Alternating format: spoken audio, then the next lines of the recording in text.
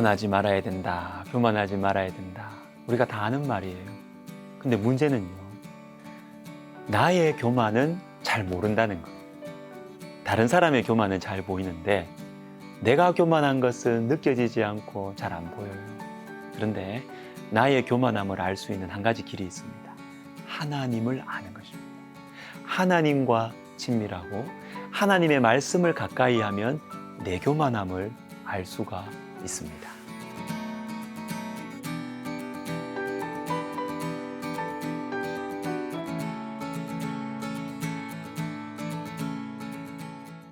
두 가지를 생각해 보려고 합니다. 먼저는 하나님을 아는 지식이 중요합니다. 4장 6절을 보시면요. 내 백성이 지식이 없으므로 망하는도다 하시는데 여기에 나오는 지식은 그냥 지식이 아니라 정확하게는 그 지식입니다. 그 지식. 다시 말해서 앞에 나온 그 지식, 즉 4장 1절에 있는 하나님을 아는 지식을 가리키는 거예요. 하나님을 아는 지식이 없으면 망합니다. 그리고 1절 뒷부분에는 진실도 없고 인애도 없고 하나님을 아는 지식도 없다고 하십니다. 자, 여기 여러분, 진실과 인애는 그냥 사람이 좀 진실하다, 사랑이 많다 이런 말이 아니에요. 하나님 백성이기 때문에, 다시 말해서 하나님의 사랑을 받았기 때문에 하나님과 사람에게 진실하고 사랑으로 대한다라는 것입니다. 여러분, 하나님과의 관계, 하나님의 택하심과 부르심, 이 무조건적인 사랑은, 이 무조건적인 이 하나님의 사랑, 이게 바탕이 되어서 당연히 나오는 삶의 모습, 이것이 진실이고 인애입니다. 그러니까 진실과 인애의 밑바탕에는 하나님과의 이 사랑의 관계가 있는 거예요. 이게 바로 하나님을 아는 지식입니다. 여러분, 하나님을 아는 지식은요, 하나님과 내가 사랑의 관계 속에 있다라는 것이 머리만 아는 게 아니에요. 엄청난 사랑을 먼저 받았고 그렇기 때문에 나에게 맡겨주신 사람들을 인애와 진실로 사랑하는 것입니다. 자, 오래전에 카일 아이들먼이라는 미국의 목사님께서 참 유명한 이 책을 하나 쓰셨죠. 팬인가 제자인가, 팬인가 제자인가. 여러분, 야구 좋아하세요? 류현진 선수, 축구 좋아하세요? 손흥민 선수. 류현진 선수의 성적, 손흥민 선수의 키, 또 너무 많이 좋아하는 사람들 집 주소 아시겠죠? 근데 이런 정보들을 안다고 정말 이 선수들을 내가 안다고 말할 수 있을까요? 여러분, 손흥민 선수는 여러분을 압니까? 류현진 선수의 그 인생관, 여러분 그걸 따라가나요? 야구 잘하는 것만 보고 좋아하시지, 그죠? 이들에게 그리고 여러분의 인생을 거실 수 있습니까? 또한 이 선수들이 여러분의 인생을 책임질 것 같아요? 우리는 그저 팬일 뿐이죠, 팬. 좋아하고 열광하는 팬입니다. 그런데 이 책에서 말하는 것은 많은 성도들이 예수님에 대해서도 마치 팬과 같다는 것입니다. 예수님에 대한 지식은 많고 그렇지만 예수님을 사랑하지 않아요. 따라가지도 않아요. 팬인가 제자인가.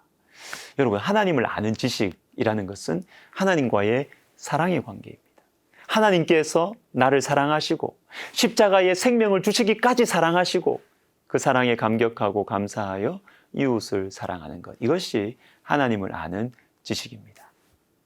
자, 우리 한 가지 더 보겠습니다. 교만이 위험하다는 것입니다. 1절에 여호와께서 이 땅 주민과 논쟁하시나니라는 말씀이 나와요. 그리고 4절에 보시면 논쟁하다라는 말과 같은 말이 나오는데 어떤 사람이든지 다투지도 말며. 근데 여러분 잘 보시면요, 하나님께서는 하나님 백성들과 논쟁할 것이다 하면서 우리에게는 하나님 백성들과 다투지 말라고 하십니다. 무슨 말이죠?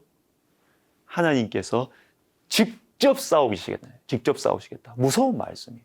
하나님께서 직접 손대시겠다는 겁니다. 지금까지는 하나님께서 선지자들과 제사장들을 세우셔서 하나님 말씀을 전하고 가르쳤습니다. 그런데 안 들어요, 안 들어.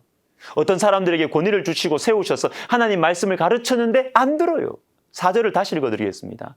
우리나라 성경에 생략되어 있는 접속사가 원어 성경에 있습니다.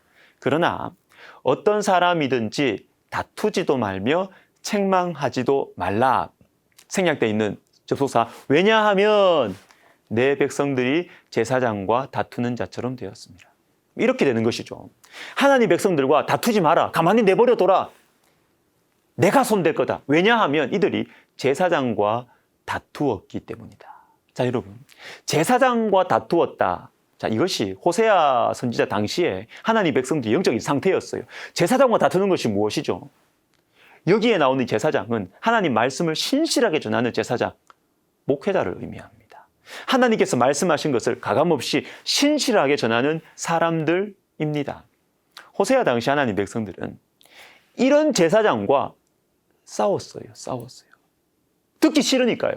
나의 죄를 하나님 말씀으로 지적합니다. 지금 잘못 가고 있다고. 하나님 아는 지식이 없다고 자꾸 말을 해요. 듣기 싫어요. 내가 옳다는 것입니다.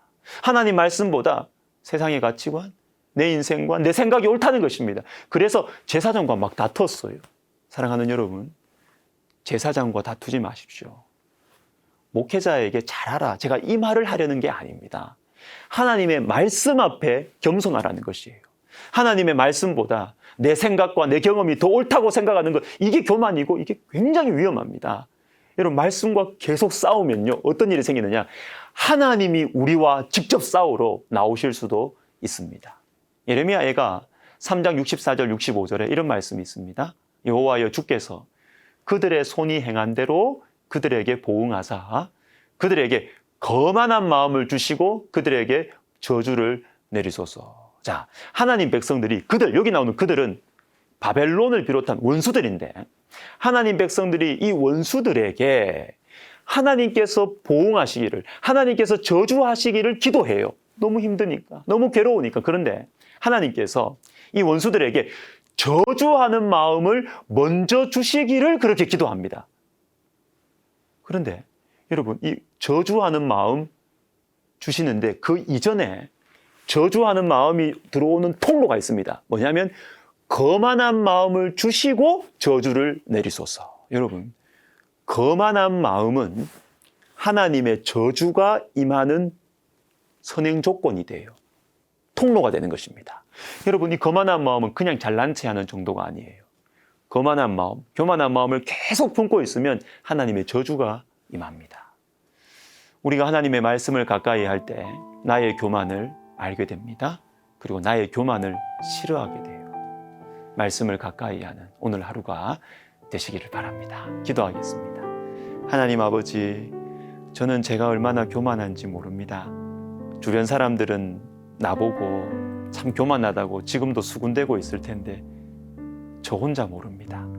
하나님의 말씀을 가까이 해서 제가 겸손하게 해주셔서 우리 하나님께서 복 주시는 은혜, 하나님께서 사용하시는 은혜를 누리게 하여 주옵소서. 예수님의 이름으로 기도드립니다. 아멘.